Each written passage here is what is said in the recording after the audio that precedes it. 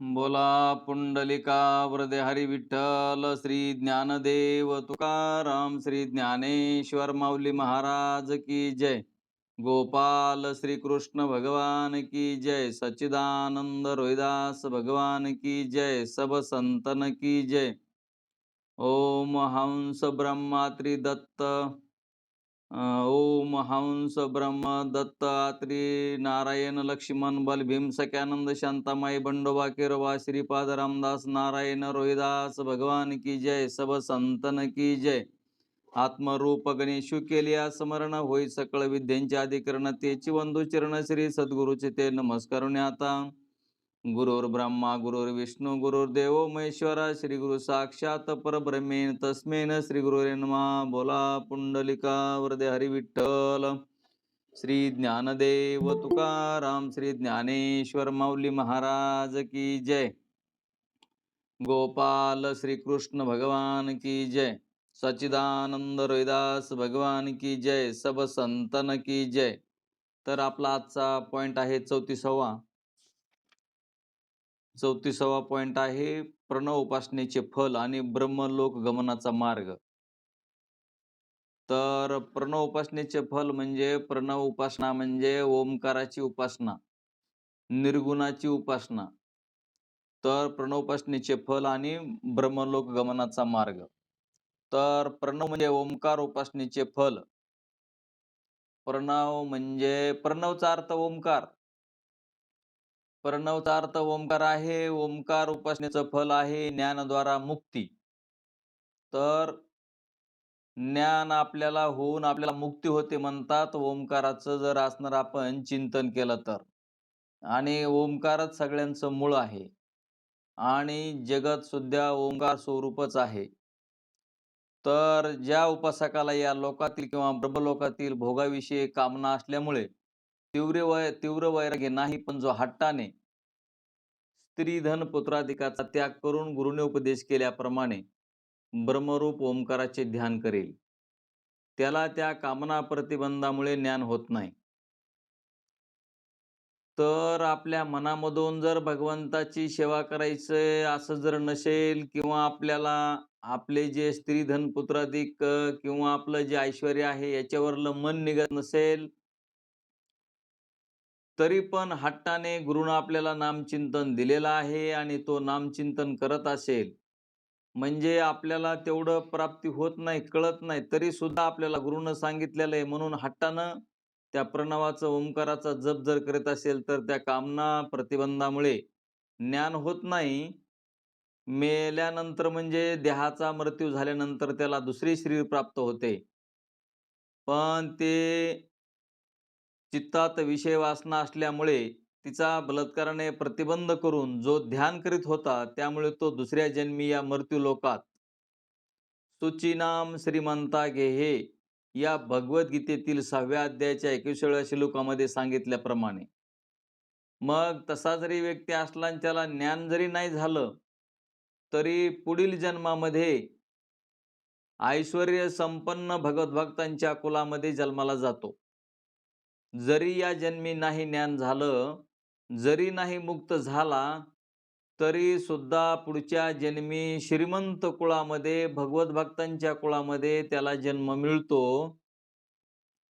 त्या ठिकाणी तिच्या मनाप्रमाणे भोग प्राप्त होतात. ते भोग भोगत असतात त्याला त्या भोगाचा वीट येऊन तो सत्संगतीत राहून श्रवण मननादी करतो व त्यामुळे त्याला आत्मज्ञान होऊन मुक्त होतो.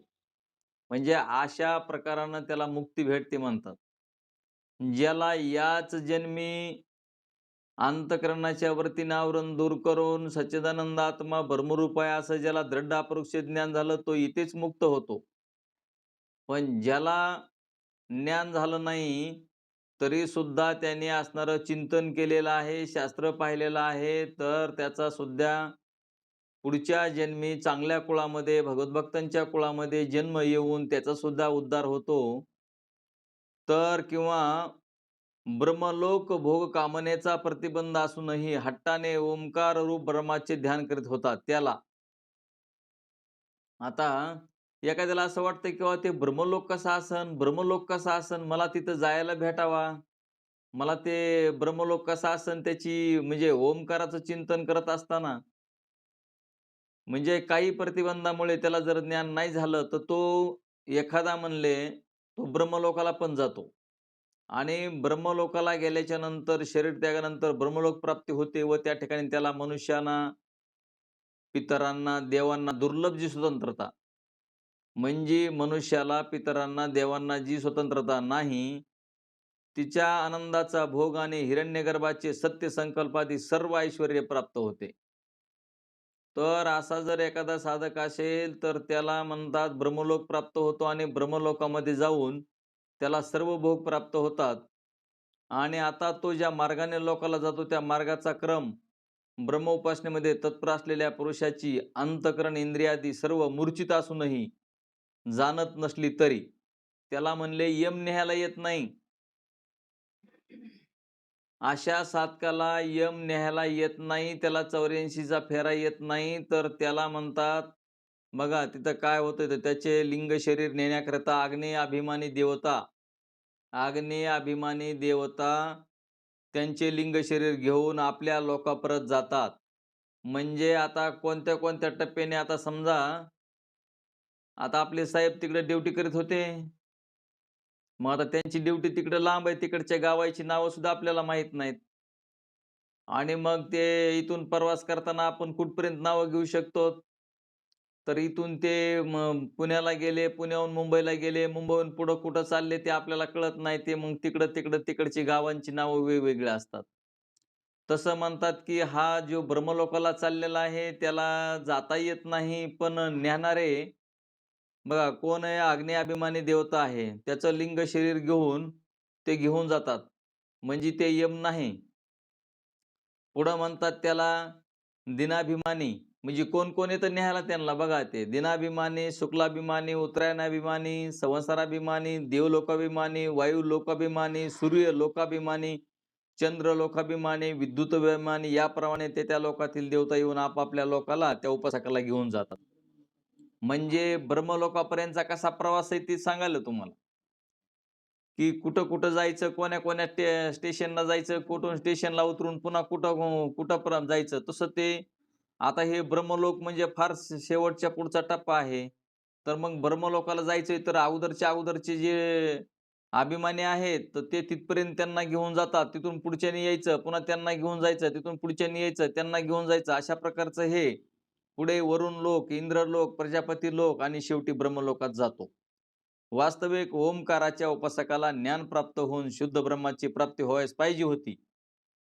ओमकाराच्या उपासकाला ब्रह्मप्राप्ती इथेच व्हायला पाहिजे होती, परंतु काही कामना प्रतिबंधामुळे ती प्राप्ती न झाल्यामुळे त्याला ब्रह्मलोकाला जायला मिळतं आणि ब्रह्मलोकात गेल्याच्या नंतर मग कामनारूप प्रतिबंधामुळे त्याला ज्ञान प्राप्त न होता कार्यब्रह्माची म्हणजे सायुज्य मुक्ती मिळते आणि त्या ठिकाणी त्याला हिरण्यगर्भाप्रमाणे ऐश्वर्य, सत्य संकल्प, इच्छेप्रमाणे वाटेल ते शरीर.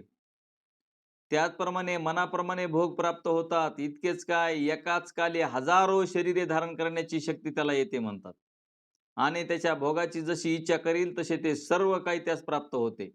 ब्रह्मलोकामध्ये फक्त जगाची उत्पत्ती, पालन आणि संहार हे सोडून म्हणजे हे मूळचे जे ब्रह्म, विष्णू, महेश आहेत, त्यांच्याकडं जगाची उत्पत्ती, पालन, संहार हे जरी असलं तरी हे जे ब्रह्मलोकाला साधक गेले आहे, त्याला जे ज्ञान इथं झालेलं नाही, तर त्याला म्हणतात तेवढं फक्त जगाची उत्पत्ती, पालन, संहार हे न करता येता बाकीचे सर्व ऐश्वर्य भोग त्याला तिथे प्राप्त होतात. अशा रीतीने संकल्पाप्रमाणे हिरण्यगर्भाच्या बरोबरीचे भोग पुष्कळ दिवस भोगल्यानंतर प्रलयकाली जेव्हा हिरण्यगर्भाचा नाश होतो, तेव्हा त्या ओंकार उपासकाला आत्मज्ञान प्राप्त होऊन विदेह मोक्ष प्राप्त होतो. तर अशा पद्धतीने त्याला विदेह मोक्ष तिथे शुद्ध आत्मज्ञान होऊन विदेह मोक्ष प्राप्त होतो.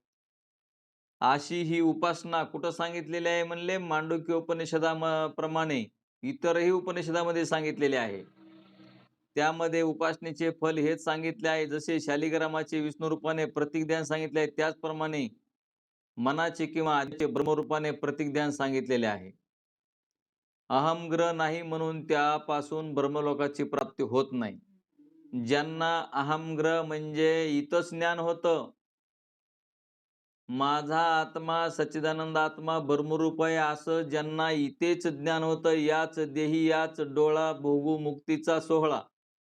ज्यांना इथंच ज्ञान होतं ते इथंच मुक्त होतात. त्यांना कुठेही जायची जरुरी पडत नाही. सगुण किंवा निर्गुण ब्रह्माचे आत्मस्वरूपाशी अभेद चिंतन करणे त्याला अहमग्रह ध्यान असं म्हणतात. सगुण किंवा निर्गुण ब्रह्माचे आत्मस्वरूपाशी अभेद चिंतन, एकत्व कसं आहे ते. तर असं जे चिंतन करणे आहे त्याला अहमग्रह असं ध्यान म्हणतात. त्यापासून ब्रह्मलोक प्राप्ती होते व वर वर्णन केलेल्या मार्गाला उत्तरायण, देवायन मार्गही म्हणतात. ब्रह्मलोकाला गेलेल्या उपासकाला पुन्हा संसार प्राप्ती होत नाही. त्या ब्रह्मलोकातच त्याला आत्मज्ञान प्राप्त होऊन विधेय मुक्ती प्राप्त होते. वर वर्णन केलेल्या मार्गाला उत्तरायण, देवायन मार्गही म्हणतात. ब्रह्मलोकाला गेलेल्या उपासकाला पुन्हा संसार प्राप्ती होत नाही. त्या ब्रह्मलोकातच त्याला आत्मज्ञान प्राप्त होऊन विधेय मुक्ती प्राप्त होते. त्या लोकात त्याला गुरुपदेशाची आणि श्रवणमननाची आवश्यकता लागत नाही. कारण त्याने या लोकीच इथल्या मृत्यूलोकामध्ये सद्गुरू मिळालेला असतो. सद्गुरूने ज्ञान सांगितलेलं असतं, पण काही कामना प्रतिबंधामुळे त्याला ते ज्ञान जरी नाही झालं तरी केवढा मोठा फायदा आहे ते ध्यानात घ्या. मग आता आपल्याला बरेच जण असं म्हणतात किंवा आम्हाला हे ज्ञानच होत नाही, आम्हाला कळतच नाही. जर तुम्हाला ज्ञान नसेल, कळतच नसेल, तरी सुद्धा तुम्ही हे आत्मचिंतन करण्याचा हट्ट सोडू नका. ओंकाराचा जे जप तुम्हाला जे काही महावाक्य दिलेलं आहे, अनुग्रह दिलेला आहे, नाम दिलेलं आहे, त्या नामाचं चिंतन करा आणि जेवढं होईल तेवढं शास्त्र श्रवण करून श्रवण मननादी करा. इथे जर शास्त्र श्रवण केलं आणि चिंतनाचा नाम चिंतनाचा जप केलेला असेल तर मग तुम्हाला तिथे सद्गुरूची आवश्यकता पडत नाही ब्रह्मलोकामध्ये. तिथे श्रवण मनन देखील करण्याची गरज पडत नाही. तर अशा पद्धतीने तिथे जाऊन तुम्ही मुक्त होता. म्हणून म्हणले ब्रह्मलोकामध्ये सर्व सत्वगुण प्रधान लोक असतात, त्या ठिकाणी रजोतम गुण नाहीत. तर ब्रह्मलोकामध्ये रजगुण आणि तमगुण तिथे नाही, तिथे सत्वगुणच असतो. सत्व संजायते ज्ञानम. तर मग म्हणले त्यामुळे त्या उपासकाला मागच्या जन्मी गुरुमुखाने श्रवण केलेला ज्ञानाचा उपयोग होऊन त्याला कर्तव्यता प्राप्त होते.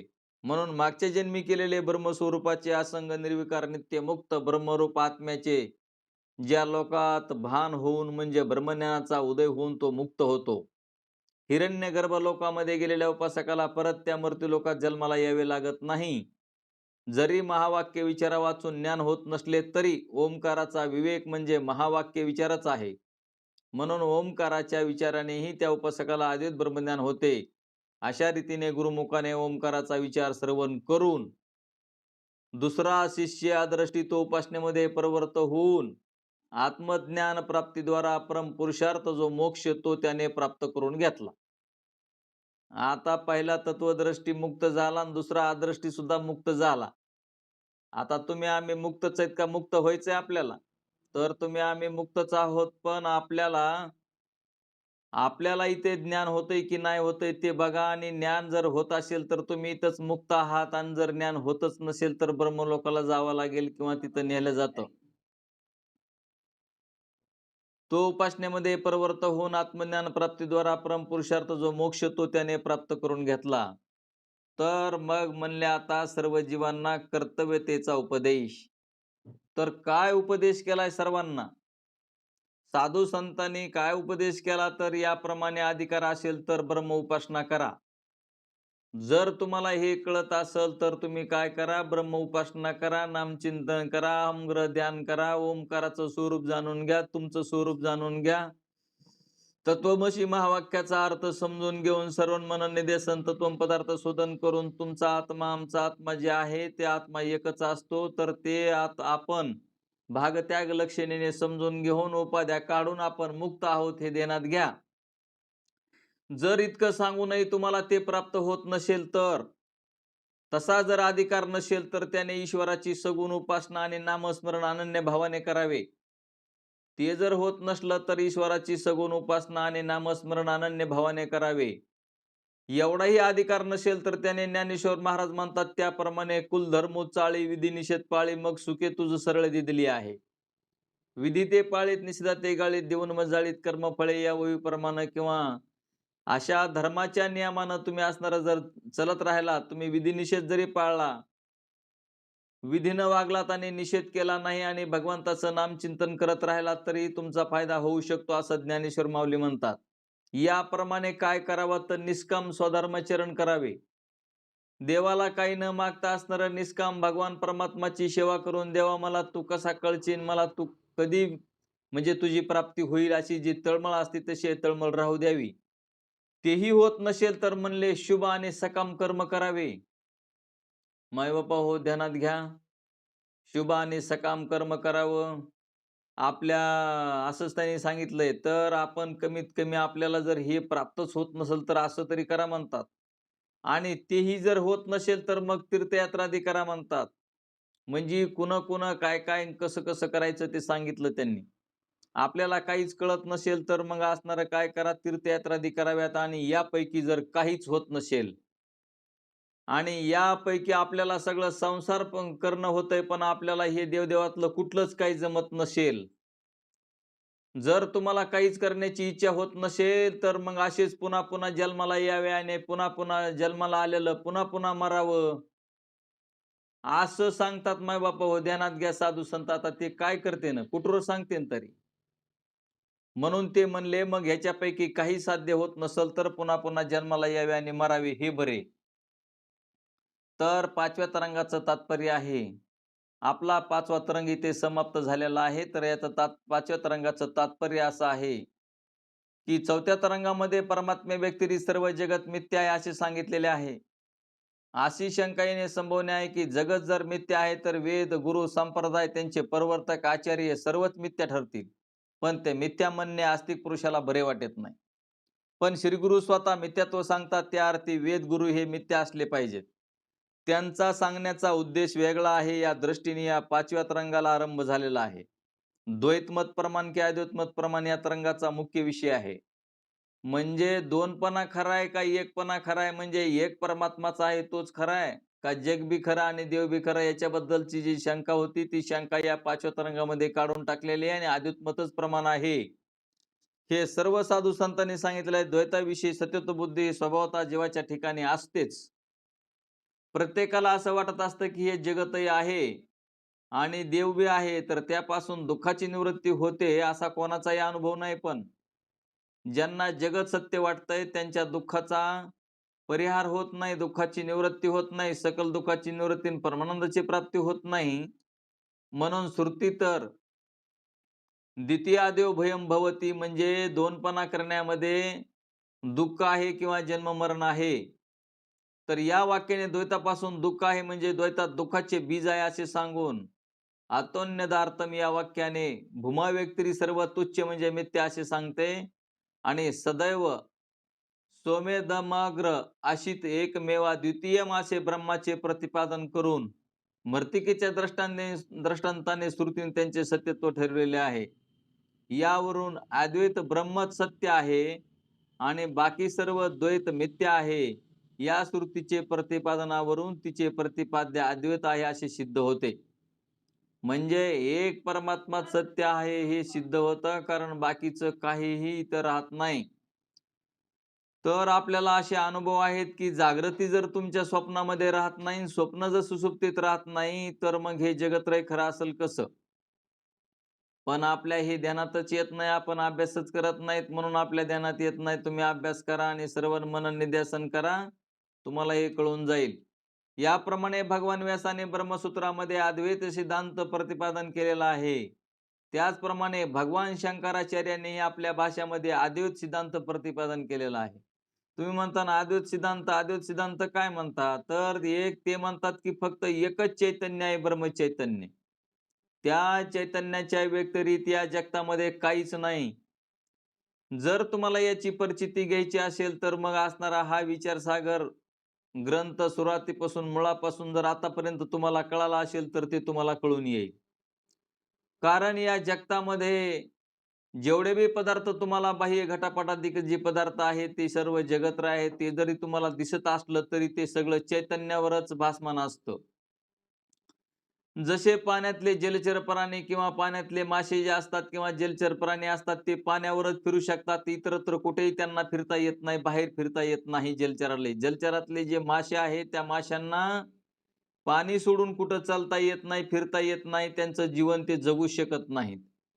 त्याप्रमाणे सगळं हे ब्रह्मचैतन्य असताना या ब्रह्मचैतन्यावरच सगळेजण बाहेर फिरतायत, येतायत, जातायत, सगळा व्यवहार करतायत आणि आपल्या अंतःकरणाच्या वरतीला मग अज्ञानाने आवरण काढून या घटापटाधिकाचं ज्ञान होतं आणि पटाधिकाचं ज्ञान हे त्रिपुटीमध्ये असतं आणि परमात्म्याच्या ज्ञानासाठी त्रिपुटीची गरज लागत नाही. जर तुमच्या अंतःकरणाच्या वरतीनं अज्ञान काढून जर टाकलं, तर तिथेच स्वयंभू सच्चिदानंद आत्मा भरमरूप आहे असं ज्ञान होतं. आणि त्या ज्ञानानंच आपण मुक्त आहोत असं कळतं, तर मग आतमध्ये आत्मस्वरूप आहे आणि बाहेर ब्रह्मस्वरूप आहे. तुमची वृत्ती कुठं जरी गेली आणि कुठं जरी फिरली तरी ती ब्रह्मस्वरूपावर फिरते. जलचरातल्या प्राण्याप्रमाणे ती कुठं जरी बाहेर गेली, तरी पण ती फिरते, ती आहे चैतन्यावर फिरते आणि म्हणून चैतन्यावर जे फिरत असतं, जात असतं, येत असतं ते मिथ्या असतं, ते अधिष्ठान रूप असतं. जी तुमची आमची वृत्ती आहे, जी बाहेर फिरायला लागलेली आहे, आतमध्ये स्थिर झाली तरी आत्मचैतन्य आहे, बाहेरमध्ये जरी फिरली तरी ब्रह्मचैतन्य आहे, असं ब्रह्मज्ञानाला कळत असतं. ब्रह्मज्ञानाने हे ध्यानात घ्यायला हवं, की बाहेर जरी आपली वृत्ती गेली तरी बाहेरही चैतन्य आहे आणि चैतन्य असल्यामुळेच ती बाहेर फिरते आहे. पण जरी फिरली तरी तुमचा ते बिघाड करू शकत नाही, कारण तुम्हाला आत्मज्ञान, ब्रह्मज्ञान, दृढ अपरोक्ष ज्ञान झालेलं आहे. बाहेर जरी फिरत असली तरी ती मिथ्या आहे. मिथ्या वस्तू किती जरी फिरली आणि काही जरी झालं, तरी ती वस्तू चैतन्यावरच असते. म्हणून आपली वरती बाहेर फिरो की आतमध्ये राहो, आतमध्ये राहील तर आत्मज्ञान आहे, बाहेर राहील तर ब्रह्मज्ञान आहे आणि आत्मा आपला ब्रह्मरूप असतो, हा वेदांताचा सिद्धांत आहे. मायबाप ध्यानात घ्या, 2 तरंग झाले, 2 जण मुक्त झाले. आता आपला आणखीन तिसरा एक जण राहिलेला आहे, तर त्याच्यातून तरी आणखी मुक्त होण्याचा प्रयत्न करा. तर ध्यानात घ्या, याप्रमाणे भगवान व्यासाने ब्रह्मसूत्रामध्ये अद्वैत सिद्धांत प्रतिपादन केलेला आहे. त्याचप्रमाणे भगवान शंकराचार्यांनी आपल्या भाषामध्ये अद्वैत सिद्धांत प्रतिपादन केलेला आहे. एकूण आपले किती म्हणले तर 6 आस्तिक शास्त्रकार आणि 6 नास्तिक शास्त्रकार आहेत. तर हे 12 शास्त्रकार आहेत सगळे मिळून. तर या आस्तिक शब्दाचा अर्थ वेदाला प्रमाण मानणारा म्हणजे वेद म्हणजे ज्ञान, ज्ञानाला प्रमाण मानणारा आस्तिक आणि वेदाला प्रमाण न मानणारा नास्तिक. वेद मानित नाहीत, देव मानित नाहीत, काही कळतच नाही आम्हाला आणि मग त्यांना नास्तिक असा शब्द वापरलेला आहे. तुकाराम महाराजांनी तर आता काय सांगावं तुम्हाला प्रमाण देऊन सांगितलं. तुकाराम महाराजांचे शब्द खोटे नाहीत. ते म्हणले, "वेद बाह्य लंड बोले तो पाषांड, त्याचे काळे तोंड संतामध्ये." जर वेद मान्य नसतील, देव मान्य नसतील, तर म्हणले त्या संतामध्ये त्याचं तोंड काळं आहे. मग त्याला ते काही कळत नाही, तर त्यांना तुकाराम महाराजांनी तर शिव्या देऊन सांगितल्या. आता शिव्या जरी दिल्या तरी आम्हाला हे पाहायचंच नाही, तर आम्हाला शिव्या लागत्यान कशाला? असे तुकाराम महाराज म्हणतात. नास्तिक शास्त्रकारांचा विचार सोडला तर 6 आस्तिक शास्त्रकार आहेत. तर आस्तिक शास्त्रकारामध्ये कपिल आणि पतंजली हे दोघे सांख्यशास्त्रकार आहेत. त्यामध्ये कपिल आणि निरीश्वरवादी, पतंजली हे शेषवारवादी आहेत असे म्हणतात. गौतम आणि कणाद हे दोघे न्यायशास्त्रकार आहेत आणि जैमिनी आणि व्यास हे दोघे मीमांसाशास्त्राचे कर्ते आहेत. तर आपल्याला जैमिनीचं आणि व्यासांचं घ्यायचं आहे. या 6 शास्त्रकारापैकी उत्तर मीमांसा शास्त्रांचे कर्ते जे व्यास, त्यांच्याशिवाय बाकीचे 5ही शास्त्रकार अद्वैत ब्रह्मतत्वाचे प्रतिपादन करीत नाहीत. शंकराचार्य सोडता बाकीचे जे तुमचे पूर्वमीमांसा असेल किंवा बाकीचे जे 5 शास्त्रकार आहेत, ते आपल्याला अद्वैत ब्रह्मत्वाचं ज्ञान सांगत नाहीत. आपल्याला सिद्धांती ग्रंथच फक्त ते सांगतात, म्हणजे ज्ञानेश्वर माऊली, व्यास महाराज, तुकाराम महाराज, एकनाथ महाराज यांनी अद्वैत ब्रह्माचंच वर्णन केलेलं आहे. एका देवाचंच वर्णन केलेलं आहे, ध्यानात घ्या. उलट ते 5ही जण अद्वैत मताचे खंडन करतात. हे बाकीचे अद्वैत मताचं खंडन करणारे आहेत. तर आपल्याला फक्त उत्तर मीमांसा घ्यायची आहे आणि ती व्यासांची आहे. व्यासांनी जे सांगितलं ते ध्यानात ठेवा. तर ते त्यांच्या खंडन करण्यावरून अद्वैत मत प्रतिपादन करणारे एक व्यासच आहेत असे सिद्ध होते. याप्रमाणे श्रुती, स्मृती, युक्ती आणि प्रमाणे भगवान व्यास, भगवान शंकराचार्य, त्याप्रमाणे भगवत अवतार, ज्ञानेश्वर माऊली, तुकाराम महाराज, एकनाथ महाराज सर्वांच्या मनोगतावरून अद्वैत तत्व जीवांच्या कल्याणाचे आई सिद्ध झाले. मग ज्याच्यामुळं असणारं आपलं अद्वैत कल्याण होतंय, जर मग ते असं जर आपलं कल्याण होत असेल, आपलं जन्म मृत्यूतून आपल्याला मुक्तता मिळत असेल, तर मग आपण हा अभ्यास का करू नये? यावर अनेक लोकांना अशी शंका येणे संभवनीय आहे. तुकाराम महाराज म्हणतात त्याप्रमाणे आता बरेचसे काही लोक घेतात शंका बाबा. आता शंका घेणारे जे आहेत ते अभ्यास न करता शंका घेते. त्याने अभ्यास करून शंका घ्यावा लागत असती. अभ्यास न करता शंका घेतलं तर काय उपयोग होत नाही. मग तुकाराम महाराज तर इथं म्हणतात की नको ब्रह्मज्ञान आत्मस्थिती भाव मी भक्त तू देव ऐशे करी. आता इथं तुकाराम महाराजांना सांगितलं आणि तुम्ही आतापर्यंत तुकाराम महाराज, ज्ञानोबा राया, एकनाथ महाराज सगळ्यांची नावं घेऊन सांगता की इथं तर साधू संतांना अद्वैत ब्रह्मज्ञान सांगितलं आणि इथं तर तुकाराम महाराजाचं प्रमाण असं आहे महाराज, आम्ही तुम्हाला सांगतो ते प्रमाण आम्हाला पाठ आहे. मग तुकाराम महाराजच म्हणतात की नको ब्रह्मज्ञान आत्मस्थिती भाव मी भक्त तू देव ऐशे करी. आणि मग आता इथं जर असे सांगत असले, तुकाराम महाराज असं सांगतात आणि तुम्ही तर म्हणतात की अद्वैत ब्रह्मज्ञान असायला पाहिजे. तर या महाराजांच्या वचनाप्रमाणे ब्रह्मज्ञानाचा म्हणजे अद्वैत तत्वज्ञानाचा निषेध केलेले वाक्य संस्कृत आणि प्राकृत ग्रंथामध्ये दिसून येतात. पण याचं काय कारण आहे ते आपण समजून घेत नाहीत. तर याचं कारण ध्यानात घ्यावं लागत असतं. तसेच महान भगवत भक्त रामानुजाचार्य, मध्वाचार्य, वल्लभाचार्य आणि निंबाकाचार्य हे 4 शास्त्रकार आहेत. तर हे 4 शास्त्रकार रामानुजाचार्य, मध्वाचार्य, वल्लभाचार्य आणि निंबार्काचार्य यांचं म्हणणं असं आहे की बाबा लोकांना किती जरी सांगितलं तरी हे ब्रह्मज्ञान होतच नाही. आणि ब्रह्मज्ञान जर होत नसेल तर मग त्यांनी कर्म उपासना करणं गरजेचं आहे. इत्यादी आचार्य ग्रंथावरून ब्रह्मज्ञानाचा म्हणजे अद्वैत तत्वज्ञानाचा निषेध केलेला दिसतो. अद्वैत तत्वज्ञान हे जर सर्वात श्रेष्ठ आहे तरी अधिकारी पुरुषांनी त्यांचा निषेध का केला? अशी शंका येणे संभवनीय आहे.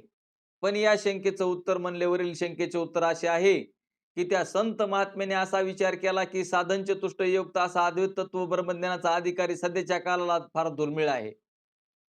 त्यांना असं कळालं की या कलियुगामध्ये कितीही लोकांना सांगितलं तरी लोक ऐकायला तयार होत नाहीत की मुक्त व्हायला त्यांनाच मुक्ती करून घ्यायची आहे, कळून घ्यायचं आहे की आपला सच्चिदानंद आत्मा ब्रह्मरूप आहे. पण ते याच्या ज्ञानाचे अधिकारी नसल्यामुळं मग ते ज्ञानाचे अधिकारी नसल्यामुळं ते म्हणतात काय करा तर तुम्ही साधन चतुष्टयुक्त असं जर तुम्ही अधिकारी होत नसताल, तुम्हाला ते तसं ज्ञान प्राप्त होत नसेल, तर मग काय करा तर या संतांनी असे पाहिले की विषयासक्त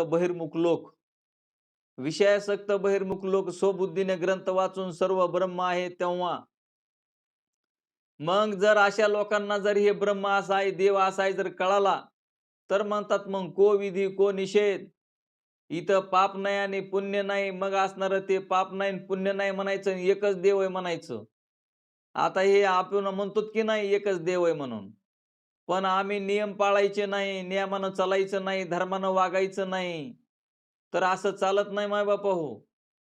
तुम्हाला व्यावहारिक सत्तेमध्ये फक्त नियम पाळायचेत का? आम्ही तुम्हाला स्वप्नात बी नियम पाळा म्हणून सांगितलं? का तुम्हाला सुसुप्तीमध्ये नियम पाळा म्हणून सांगितलं?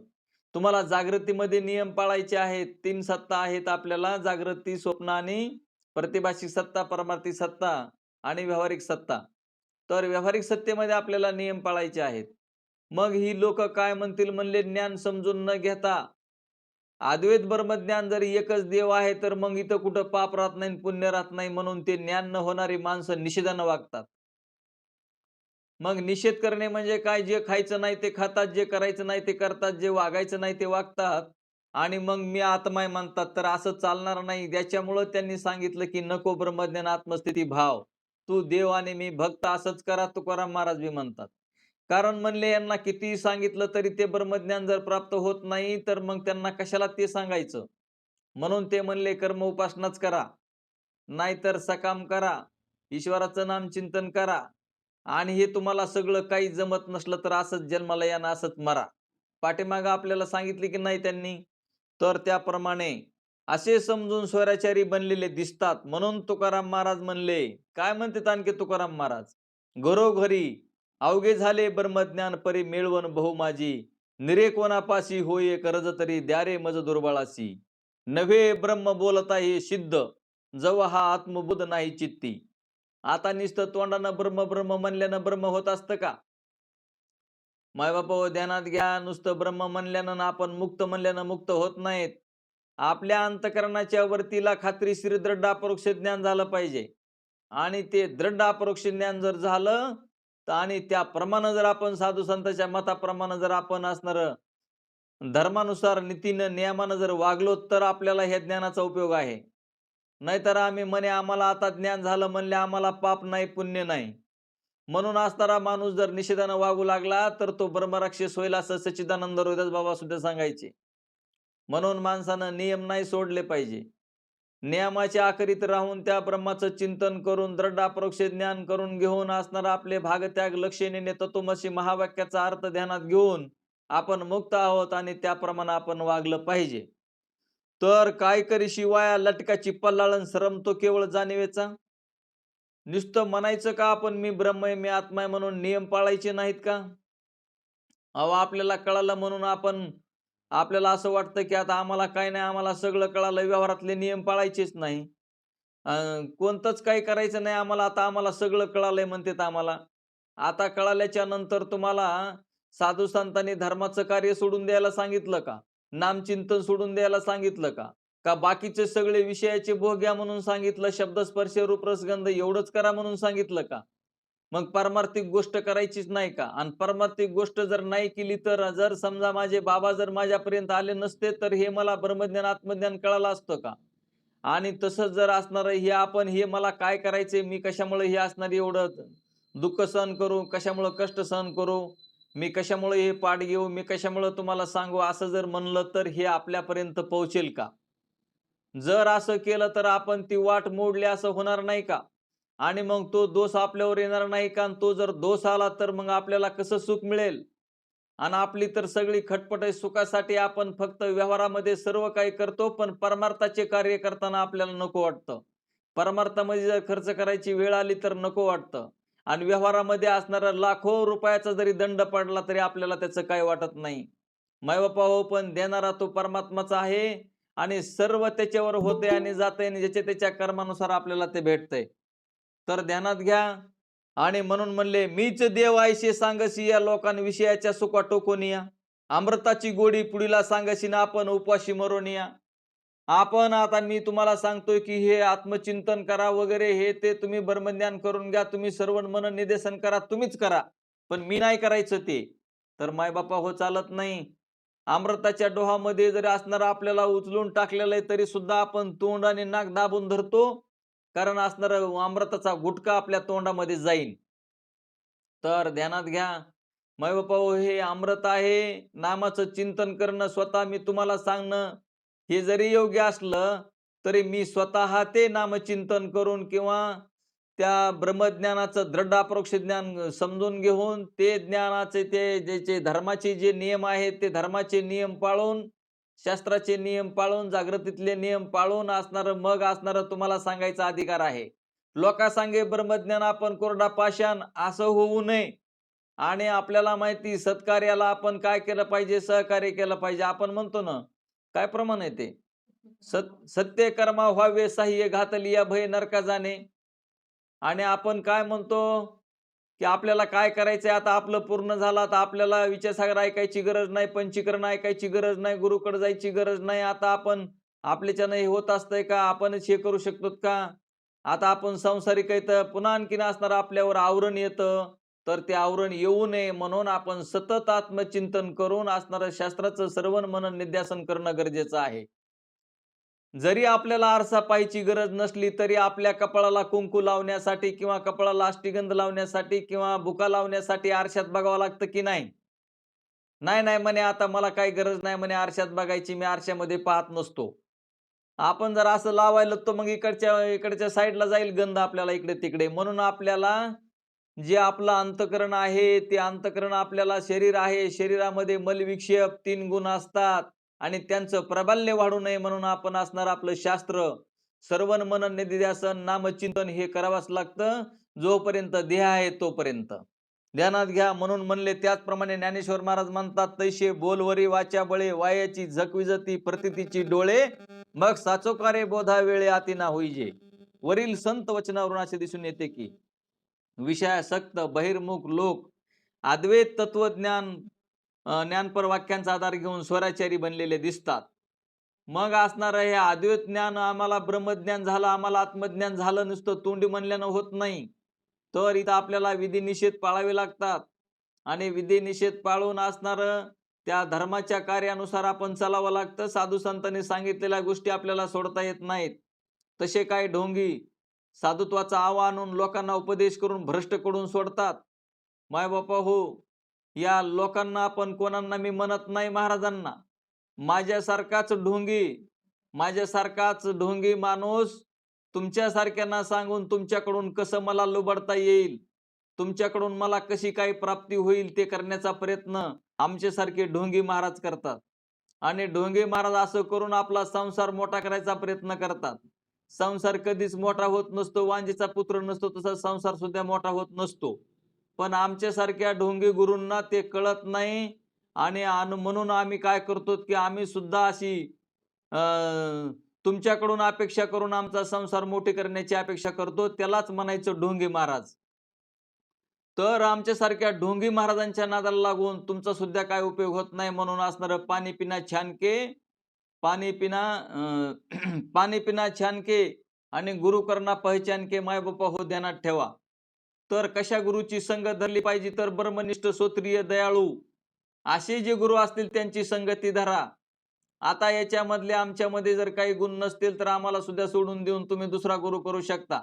कारण त्याला ब्रह्मज्ञान, ब्रह्मनिष्ठ श्रोत्रिय आणि दयाळू अशा गुरुचा संपर्क करूनच मनुष्य मुक्त होऊ शकतो, साधक मुक्त होऊ शकतो. तर ध्यानात घ्यायचं, आपण काय करायला होते, कोणाच्या नादाला लागायला होते. आपण कोणाच्या बी नादाला लागून संगती जर कोणाची बी केली तर चालत नाही माय बापा हो. मग संगती असणारे कोणाची करावी कोणाची करू नये. तर साधूची संगती झाली पाहिजे, संताची संगती झाली पाहिजे. तर ध्यानात घ्या, आमच्यासारख्या ढोंगीच्या नादाला लागून फसू नका बरं का माय बापा हो. तर म्हणून असणारा लोकांना उपदेश करून भ्रष्ट करून सोडतात. शुद्ध आचार नाही, स्वधर्माचरण नाही, शुद्ध आचार लागतो माय बापा हो. मग आता आमचा शुद्ध आचार आहे का नाही ते तुम्ही सुद्धा पाहावं लागत असतं. स्वधर्माचरण नाही. स्वधर्माचरण म्हणजे स्वतः चिंतन करणारा असला पाहिजे, स्वतः त्या भगवंताचं ज्ञान असलं पाहिजे. आणि सगुण उपासना नाही अशा लोकांच्याकडे पाहून साधू संतांनी ब्रह्मज्ञानी पुरुषाची निंदा केलेली आहे. म्हणून त्यामध्ये ब्रह्मज्ञानी पुरुषांची किंवा अद्वैत तत्वज्ञानाची निंदा करण्याचा उद्देश नसून स्वराचारी लोकांची निंदा करण्याचा उद्देश आहे. त्यांचा उद्देश काय आहे की बाबा स्वराचाराने वागणारे, निषेधानं वागणारे, आम्हाला देव कळला, आम्ही ब्रह्मज्ञानी झालो, आम्ही आत्मज्ञानी झालो म्हणायचं. आणि मग असणार आपण कसंही वागायचं, काही खायचं, कसंही वागायचं, काही करायचं, धर्मानं वागायचं नाही, धर्माच्या कार्याला जायचं नाही, धर्मकार्य करायचं नाही, साधू संतांची सेवा करायची नाही. आणि मग आपली काय गती होईल तर ते राम जाणे बाबा. आमच्या साखरे महाराजांच्याकडे एक मनुष्य आला आणि तो म्हणाला, महाराज ब्रह्मज्ञानी पुरुषाला विधी निषेध नसतो. असे शास्त्र सांगतंय की ब्रह्मज्ञानी माणसाला विधी निषेध नसतो. मग ब्रह्मज्ञानी पुरुषाने कसेही वागले तर चालेल का? आता तुम्ही सांगा, ज्याला ब्रह्मज्ञान झालेला आहे तो माणूस कशाला काहीतरी करेल, कशाला चुकीच्या मार्गाने जाईल, कशाला चुकीचे मार्ग धरील, कशाला अधर्म करील. परंतु असणार तेव्हा साखरे महाराज म्हणाले, अरे ब्रह्मज्ञानी पुरुषाने कसे वागले तरी बिघडणार नाही, पण तो कसाही वागणारच नाही. ध्यानात घ्या माय बापा, ज्याला खरोखर ब्रह्मज्ञान झालेला असेल तर तो चुकीचं वागणारच नाही, निषेधाचं वागणारच नाही, निषेधाच्या मार्गाने जाणारच नाही. आता तुम्ही सांगा, एखाद्या शुद्ध मनुष्याच्या पुढं रोगरची बाटली ठेवली, दह्याची बाटली ठेवली, दोन्ही बी काचेच्या गिलासामध्ये ओतून ठेवलं. पण आपल्याला माहित झालं की हे रोगर पेल्याच्या नंतर आपण मरणार आहेत. मग एखादा कोणता चांगला व्यक्ती, ज्याला कळतंय, ती व्यक्ती ज्याला माहित झालं की इथं असणारं रोगर आहे म्हणून, तर ते कोणचा गिलास पिऊन पिईल? मला वाटतं ते लसीच घेऊन पिईल, आहे का नाही? रोगरची बाटली पिणार नाही. त्याप्रमाणे निषेधाचे जे कर्म आहे ते रोगरची बाटली तरी एकदा पिलं तर एकदा मरावं लागेल. पण माय बापा हो, निषेधानं वागलं तर 84 लक्ष योनीच्या फेऱ्यामध्ये जावं लागतं. आणि 84 लक्ष योनीचा फेरा आपल्याला चुकत नाही. म्हणून 84 लक्ष योनीचा फेरा जर आपल्याला चुकवायचा असेल, ज्याला ब्रह्मज्ञान झालंय असं म्हणत असेल, मला आत्मा कळला, मला ब्रह्म कळला, तर तो चुकीचं वागणारच नाही. तुम्ही सांगा ना, टॉपवर गेलेला असणार गिअर, गाडी टॉपवर गेली तर प्रथम गिअर मध्ये येत नाही डायरेक्ट. त्याला कमी कमी करीतच घ्यावं लागत असते. तसं एकदा ज्याला कळालेला आहे तो निषेधाच्या मार्गाने जाणार नाही, निषेधाचे मार्ग करणार नाही.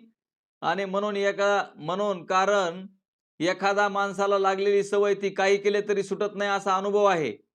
मग ब्रह्मज्ञान संपादन केल्याने पुरुषाने बहुनाम जन्म जन्मनामंते ज्ञानवाम प्रपद्यते भक्ती म्हणजे भगवद्गीतेमधला अध्याय 7वा श्लोक 19 प्रमाणे हजारो जन्म स्वधर्माचरण भगवत भक्ती करत असलेला पुरुष तो ब्रह्मज्ञान झाल्यानंतर स्वराचारी बनेल हे मुळीच शक्य नाही.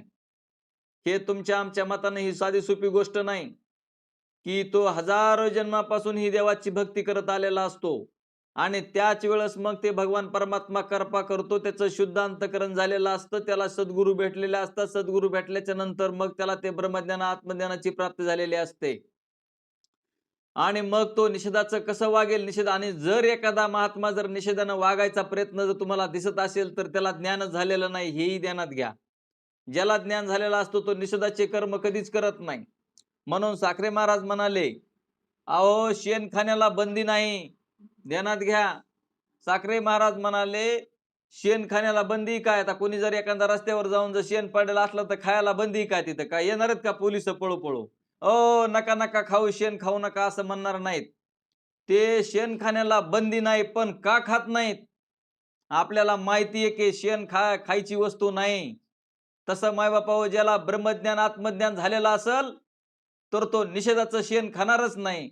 म्हणजे निषेधाचे कर्म करणार नाही, चुकीचं वागणार नाही, चुकीचे कर्म करणार नाही.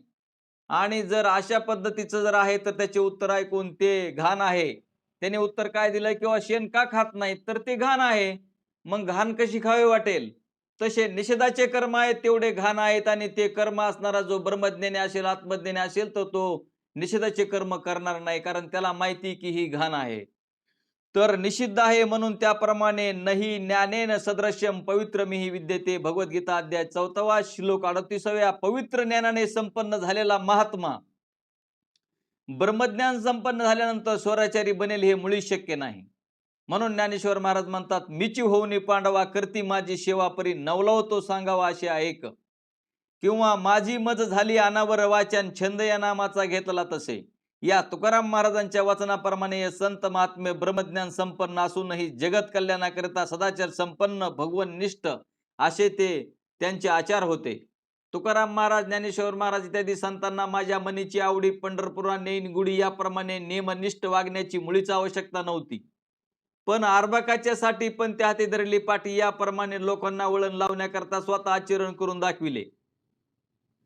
तर ध्यानात घ्या मायबापा हो, त्या साधू संतांनी जे जे बी मार्ग करून दाखविले ते आपल्या हिताचे करून दाखविले. तुम्ही म्हणता महाराज तुम्ही तर आम्हाला कधी पंढरपूरला नेत नाहीत, दिंडी काढीत नाहीत, दिंडीमध्ये आम्हाला घेऊन चला की तुम्ही बी. तर मायबापा हो ध्यानात घ्या, दिंडी कोणासाठी आहे, परमार्थ कोणासाठी आहे. मग साधू संतांनी कसं सांगितलं, तुकाराम महाराज कसे म्हणले, ज्ञानेश्वर महाराज कसे म्हणले, काय म्हणले, माझ्या मनीची आवडी पंढरपुरा नेहीन गुढी याप्रमाणे जर त्यांनी लिहून ठेवलेलं आहे तर मग तुम्ही पंढरपूरला आम्हाला कसं नेत नाहीत. पंढरपूरला आम्हाला नेऊन आम्हाला आमची दिंडी काढा, तुम्ही आम्हाला तिकडे न्या. जरी तुमची अशी इच्छा झाली किंवा जरी तसं तुम्ही का करत नाही त्याचं उत्तर सांगतो. कारण तुम्ही अधिकारी असल्यामुळं तुमचं अंतकरण शुद्ध झालेले आहे असं मी समजतो. आणि अधिकारी व्यक्तींना घेऊन दिंडीमध्ये जायचं काही कारण नाही. त्यांनी श्रवण मनन निधिध्यासनच करावं, आत्मचिंतनच करावं असा नियम आहे. पण एवढं सांगून जर कळत नसेल तर मग ज्यांना कर्म उपासना ज्यांची पूर्ण झालेली नाही त्यांच्यासाठी दिंडी काढायला साधू संतांनी सांगितली. त्यांनी जर दिंडी काढून ठेवली नसती तर मग कर्म उपासना कशी घडली असती. म्हणून ज्यांना काही कळतच नाही परमार्थातलं त्यांनी मग असणारे हे दिंड्या काढायच्या किंवा असणारे वरची काय जी सेवा असेल कर्म उपासना ती करायची, ती त्यांच्यासाठी करून ठेवलेली आहे. तुम्ही पवित्र अंतकरणाचे आहेत, तुम्ही खूप मोठे महात्मे आहेत माय बापा हो. तुम्ही आता इथंच मुक्त होणार आहात, पण जर मुक्त नाही झालात तर म्हणले ब्रह्मलोक पाहायला मिळेल आणि तिथं जरी गेलात तरी तुम्ही तिथं मुक्तच होणार आहेत. मग ध्यानात घ्या. म्हणून असणार त्या साधू संतांनी जे सांगितलं मग काय करायचंय म्हणले, अर्भकाच्या साठी पण त्या हाती धरली पाठी याप्रमाणे लोकांना वळण लावण्याकरता. आता लहान लेकरासाठी पाठी असती का नाही, ते टोपलं ते असतं ना ते. हो जुने माणसं सांगतात बाबा ते पाठी केलेली असते बघा आणि पाठीमध्ये ती लेकरू घालायचं आणि डोक्यावर ठेवायचं आणि शेतामध्ये घेऊन जायचं. तसं लहान लेकरासाठी असणारं जे शिकवण्यासाठी किंवा जे अज्ञानी लोक आहेत त्यांना मार्गाला लावण्यासाठी सर्वच मार्ग त्यांनी करून ठेवले. म्हणजे तिथं आहे अधिकार तैसा करू उपदेश आणि साहेब जे त्यास तैसे देऊ याप्रमाणे लोकांना वळण लावण्याकरता स्वतः आचरण करून दाखविले. याप्रमाणे रात्रीचे 4 प्रहर संपले की सूर्योदय हा होतच असतो. त्याकरिता निराळा प्रयत्न करावा लागत नाही. याप्रमाणे स्वधर्माचरण, नामस्मरण, पंढरपूरची वारी, सत्संगती याप्रमाणे जर मनुष्य वागेल, तर त्याने ब्रह्मज्ञान प्राप्तीकरिता निराळा प्रयत्न करण्याचे कारणच नाही. भगवत भक्तीने व सदाचाराने चित्तातले मलविक्षेप दोष गेले की भगवान म्हणतात, स्वे स्वे कर्मण्यभिरत सस्य सिद्धी लभते नरः. तर भगवद्गीता मधला 18वा अध्याय आणि श्लोक 45 याप्रमाणे भगवान त्या भगवत भक्ताला विवेक वैराग्यादी देऊन, आणि हे फक्त कोणी दुसरं करू शकत नाही मा बापा हो. विवेक वैरागी अधिकारीची लक्षणं आपल्या अंगी बाणायचं काम तो परमात्माच करू शकतो. आणि त्या परमात्म्यानंच आपल्याला तेवढा अधिकार दिलेला आहे, तोच तसं करू शकतो. आपल्या विषयातली आवड काढून टाकायचं तेच करू शकतो, दुसरं कोणीही करू शकत नाही. त्याचप्रमाणे संत संगती देऊन आत्मज्ञान देतच असतो. या दृष्टीने सर्व साधू संतांनी, आचार्यांनी सदाचार, नामस्मरण यांच्यावर भर देऊन त्यांचाच उपदेश केलेला आहे. तर या कारणामध्ये ब्रह्मज्ञानाचा म्हणजे अद्वैत तत्वज्ञानाचा निषेध करण्याचा मुळीच उद्देश नाही. उलट संतांच्या ग्रंथातून अनेक ठिकाणी अद्वैत तत्वज्ञानांचे महत्व वर्णन केलेले आहे. कृष्ण विष्णू हरी गोविंद या नामाचे निकळ प्रबंध माझी आत्मचर्चा विशद उदंड गाती. ज्ञानेश्वरी अध्याय 6वा अध्याय 9 इत्यादी वाक्यावरून साधू संतांचे मनोगत स्पष्ट दिसून येते. या तरंगाच्या 5व्या तरंगामध्ये आणखी एक महत्वाचा विषय असा आहे की जर वेदगुरु हे सर्व मिथ्या आहे, तर मिथ्या अशा वेदगुरूपासून सकल दुःख निवृत्ती परमानंद प्राप्ती कशी होईल? मिथ्या मार्ग झाल्याने जशी तहान भागत नाही, त्याप्रमाणे मिथ्या वेदगुरूपासून संसार दुःख निवृत्ती व परमानंद प्राप्ती होणार नाही.